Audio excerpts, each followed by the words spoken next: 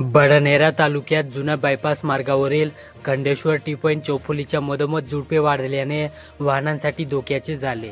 बाजूचेही वाहन दिसणार नाही अशी स्थिती झाली। शहरातील भाविकांचे शेवटचे श्रावण सोमवारी याच मार्गाने ये-जा होणार, त्यामुळे येथे अपघाताची शक्यता आहे।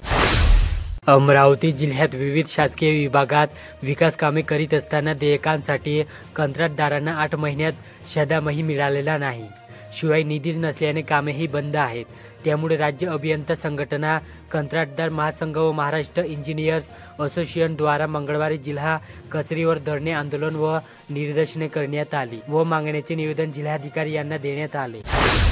अमरावती जिल्ह्यात अवैध सावकारीच्या अनुषंगाने प्राप्त तक्रारीची पडताळणी करून सहकारी विभागाच्या पथकाने मंगळवार 19 ऑगस्टला राजापेठ, गाडगेनगर व नांदगाव पेठ ठाण्याच्या हद्दीत दुर्गा विहार, रहाटगाव व इरविन चौक परिसरातील प्रतिष्ठान व गरिदार सत्र राबवण्यात आले। यामध्ये अवैध सावकारीच्या अनुषंगाने कागदपत्रे पथकाने जप्त केली।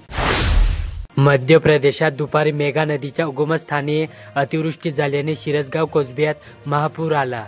यामुळे आठवडी बाजारामध्ये पाणी शिरल्याने बाजारातील तलाठी कार्यालय, हॉटेल व इतर दुकाने पाण्याखाली गेली। मेघा नदीच्या तीरावरील शिरसगाव कोसबा, देऊरवाडा गावाजवळची शेती पाण्याखाली गेली। शिरसगाव कोसबा ठाणेदार महेंद्र गवई परिस्थितीवर लक्ष ठेवत असून नागरिकांना सतर्क राहण्याचे आवाहन करीत आहे। दामणगाव रेल्वे तालुक्यात यंदा तीर्थक्षेत्र आळंदीत संत श्रेष्ठ श्री ज्ञानेश्वर महाराज यांचे सप्तशतकोत्तर सुवर्ण महोत्सवी जयंती वर्ष म्हणून साजरे होत आहे। दरम्यान चांदूर बाजार येथील पंचायत समितीतर्फे माऊलीच्या पालखीची मिरवणूक काढण्यात आली। अमरावती येथील विभागीय क्रीडा संकुलात क्रीडा सुविधांच्या विस्तार व नाविन्यपूर्ण खेळाची सोय उपलब्ध करण्याला घेऊन आमदार सुलभा खोडके यांनी मागील पंचवार्षिक काळात भरघोस निधी उपलब्ध करून दिला।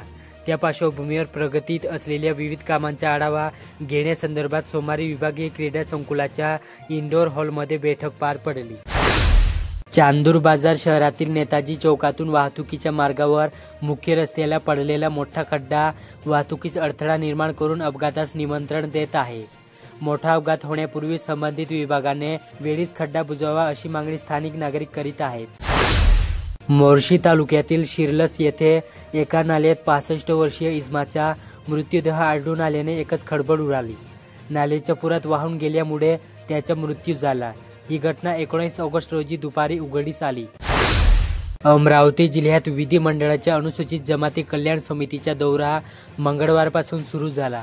त्या अनुषंगाने मंगळवारी नियोजन भवनात समितीने आदिवासी अधिकारी कर्मचाऱ्यांची रिक्त पदे आरक्षणानुसार पदोन्नतीबाबतचा आढावा घेतला।